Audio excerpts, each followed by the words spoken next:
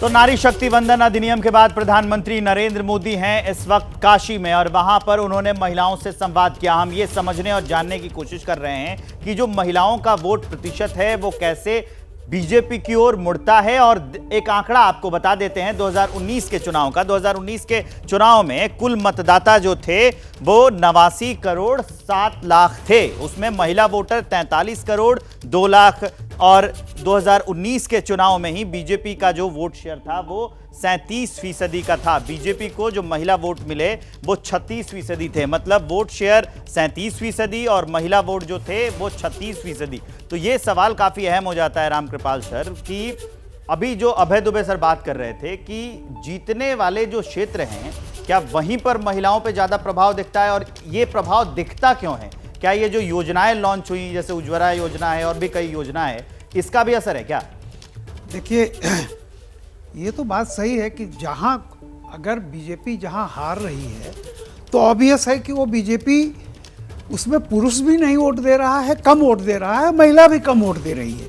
लेकिन अगर आप वहां भी देखेंगे कि परसेंटेज वाइज, लेकिन आप ये देखिए कि विधानसभा में जहां बीजेपी हार जाती है 4 महीने बाद वहीं पर लोकसभा का चुनाव होता है तो बीजेपी का स्ट्राइक रेट 80% हो जाता है।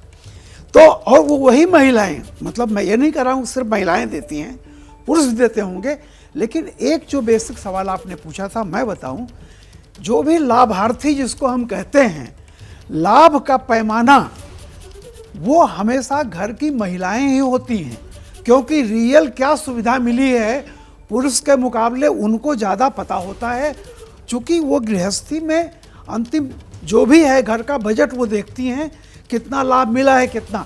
एक बात और मैं कह दूं जिसकी चर्चा बहुत कम होती है, जो मोदी जी के लिए बहुत बड़ी चीज़ हो गई है सेंटिमेंटली। कभी ऐसा नहीं था, मैं खुद गांव का रहने वाला हूं, कि हमारे यहाँ चाहे ऊंची जातियां हों, मध्य वर्ग की हो, निम्न भी हो, महिलाओं को नाम से कोई संपत्ति नहीं होती थी। यानी उत्तराधिकार भी जो होता था वो बच्चों का होता था।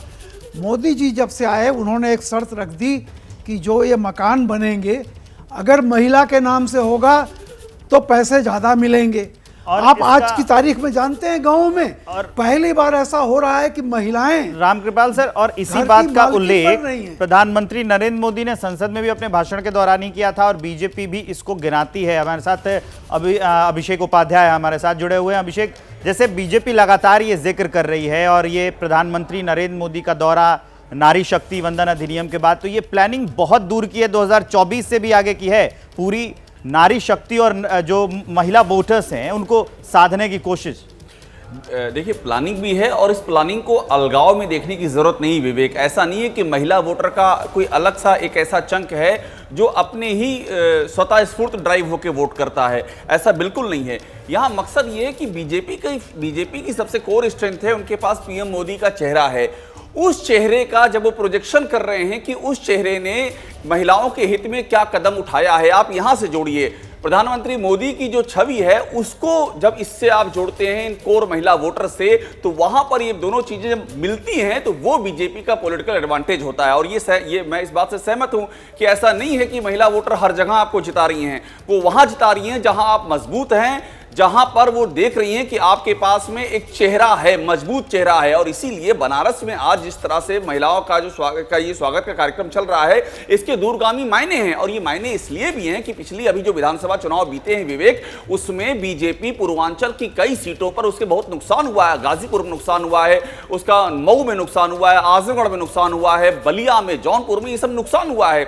इन नुकसान में कास्ट फैक्टर की एक भूमिका है। वहां पर बीजेपी ये चाह रही है कि जहां ऐसे नुकसान की संभावना हो, कम से कम ये जो सर्ज है, जो महिलाओं का सर्ज है, ये उसके फेवर में जाए, ये उसकी भरपाई भी कर दे। और ऐसे में प्रधानमंत्री मोदी का चेहरा, उनकी पोजीशनिंग, महिलाओं के लिए उनके फैसले और साथ में महिला वोटरों का एक सैलाब, ये उसकी कवायद है। इन दोनों को जोड़ करके देखा जाए और ये उसको 2024 में पॉलिटिकल डिविडेंड दे सकती है, उसको फायदा मिल जाए, राजनीतिक फायदा। और बात जब महिलाओं की चली है तो इस सरकार ने महिलाओं के लिए कई योजनाएं दी, कई योजनाएं लॉन्च की। हम आपको बता देते हैं कि जैसे उज्ज्वला योजना, इसमें क्या है कि मुफ्त गैस का कनेक्शन दिया गया महिलाओं को।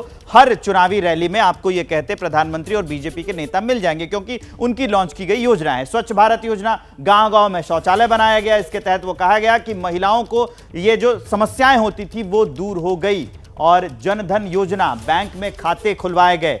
पीएम आवास योजना, जिसका जिक्र हम कर रहे थे, जिसमें गरीबों को आवास दिया गया। और इन योजनाओं का असर है कि इसी को मुद्दा बनाकर रामकृपाल सर लगातार प्रधानमंत्री नरेंद्र मोदी जिन सभा में जाते हैं, चुनावी जनसभा में जाएं, या फिर ये गिनाने के लिए भी होता है, महिला वोटरों को आकर्षित करने के लिए भी होता है कि ये योजनाएं हैं, इन पर काम हुआ और इसका असर भी दिखने लगा है।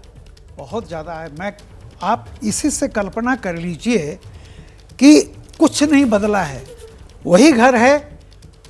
एक नाम, जिस घर में औरत का नाम से हो गई प्रॉपर्टी, आप जानते हैं कोई उसे ये नहीं कह सकता घर से निकल जाओ। आज वो कहती है कि अगर तुम ठीक से नहीं, निकाल दूंगी घर से। अब आप सोच नहीं सकते, ये जो एम्पावरमेंट होता है ना, एक जो फीलिंग आती है। मैं हमेशा कहता हूँ कि सिर्फ पेट ही नहीं है, नाक भी होती है। और जब पेट भरने लगता है तो नाक पर बात आती है। आप कल्पना नहीं कर सकते, जैसे आपने कहा कि अब उसमें क्या है कि जैसे अभी जो गैस के दाम कम किए गए हैं, हर जगह पे अगर महिला है तो उसे ज़्यादा फायदा है। तो क्या हो रहा है कि परिवार में एक बहुत बड़ा एम्पावरमेंट हो रहा है, जिसको हम मातृशक्ति कहते हैं। आज वो संपत्ति की हकदार बन रही है। सबसे बड़ी बात यह है, चाहे आप अलग से कुछ न दें, लेकिन उसको एक मालिकाना हक, उसका नाम हर जगह हो रहा है, एहसास दिला रहे हैं, अपने उसके हक का नाम से एहसास कार्ड बन दिला रहे हैं। बहुत छोटा सा कमेंट करिएगा अभय दुबे सर कि इन योजनाओं का कितना योगदान है महिला वोटरों को लुभाने में बीजेपी की ओर। देखिए, महिलाओं का जितना सशक्तिकरण हो उतना कम है। और मैं हमेशा आंख बंद करके शुरू से ही उसका समर्थन करता रहा हूं। मैं मानता हूं कि अगर महिलाओं को उनके लिए निर्वाचन क्षेत्र आरक्षित होंगे तो वो पूरे भारतीय समाज और राजनीति के लिए गेम चेंजर होगा। लेकिन ये मान लेना कि जो ये कदम उठा रहा है, महिलाएं स्वाभाविक रूप से उसके वोटर में बदलती चली जाएंगी, ये मेरे ख्याल से नादानी है। ये बिल्कुल गलत किस्म का विश्लेषण है। ऐसा नहीं होता है। वोट देते समय लोग, बहुत से जो लाभार्थी भी होते हैं, पार्टी गुणगान करते हैं, वो पार्टी को वोट नहीं देके जाति के हिसाब से वोट कर देते हैं। तो ऐसा नहीं है कि इस तरह मानना उचित नहीं है। इसको महिला सशक्तिकरण से जोड़ के मत देखिए। पत्रकारिता कोई इमोशन नहीं है, ना अपना कोई ज्ञान देना है और ना कोई विचार थोपना है। पत्रकारिता क्या है? पत्रकारिता का मतलब है सही जानकारी इकट्ठा करना और तथ्य बताना। पत्रकारिता आज जितने महत्वपूर्ण दौर में है, शायद पहले नहीं थी। इस दौर से निकलने के लिए सिर्फ सच दिखाने की जरूरत है, वो सच जो आपके हित को आगे रखे। इसलिए अब रात 9 बजे प्राइम टाइम नहीं होगा, ये आपका टाइम है। जगविंदर पटियाल के साथ देखिए पब्लिक इंटरेस्ट, सोमवार से शुक्रवार रात 9 बजे सिर्फ एबीपी न्यूज पर। एबीपी न्यूज आपको रखे आगे।